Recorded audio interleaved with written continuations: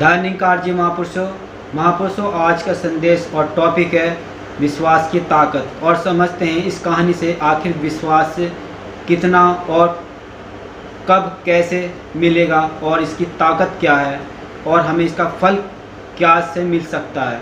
महापुरुषों, एक 8 साल का बच्चा 1 रुपया लेकर दुकान पर जाता है और कहता है, क्या आपकी दुकान पर भगवान मिलेंगे?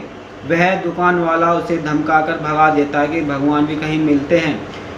वह बच्चा फिर दूसरी दुकान पर जाता है और फिर इसी से दुकान वाले से कहता है कि आपकी दुकान पर भगवान मिलेंगे। वह भी उसको नहीं देता और वह भी दुकान से भगा देता है।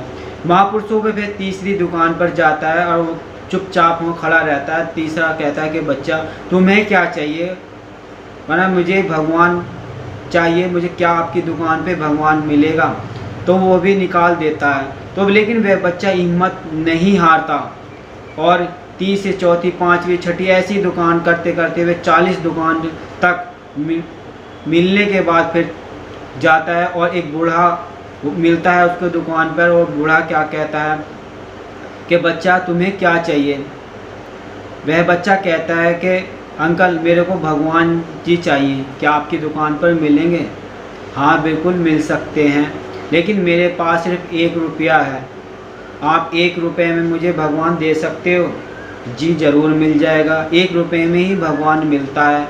वह दुकानदार वह पूछता है कि तुम्हें 1 रुपये में भगवान क्यों चाहिए? आखिर तुम भगवान क्यों खरीदना चाहते हो? तो बच्चा कहता है कि मैं इस दुनिया में मेरी माँ से के अलावा कोई नहीं है और वो भी बीमार है।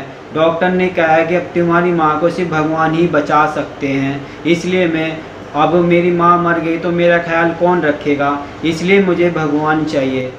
वह 1 रुपया लेकर के 1 गिलास फ़िल्टर पानी दे देता है। सोचता है कि 1 रुपये से ज़्यादा पानी के अलावा कुछ नहीं दिया जा सकता। तो वह 1 गिलास फ़िल्टर पानी उस बच्चे को दे देता है और बच्चा ले जा कर के अपनी माँ को पिला देता है। वो है उसकी माँ का ऑपरेशन हो जाता है और जल्दी वह स्वस्थ हो जाती है। लेकिन जब डिश रिचार्ज का बिल वह देखती है तो चौंक जाती है। लेकिन उसमें एक चिट्ठी भी थी।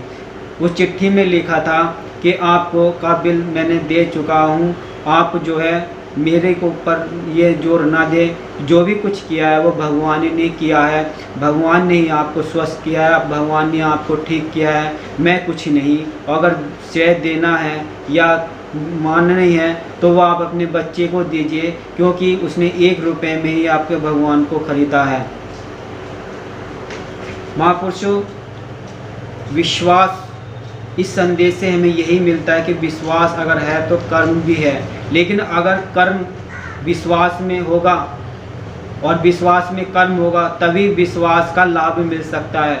और अगर बच्चे ने कई कर्म से नहीं छोड़ा, विश्वास तो रखा ही रखा लेकिन कर्म भी नहीं छोड़ा, अगर वह विश्वास ही रखता और कर्म नहीं करता तो महापुरुषों विश्वास का लाभ नहीं मिलने वाला था। अगर विश्वास है तो कर्म ही करते चले, क्योंकि कर्म ही एक हमारा उद्देश्य मार्ग है जो हमें अपनी मंजिल तक पहुंचा सकता है। इसलिए विश्वास अगर रखें तो कम से कम कर्म भी करें।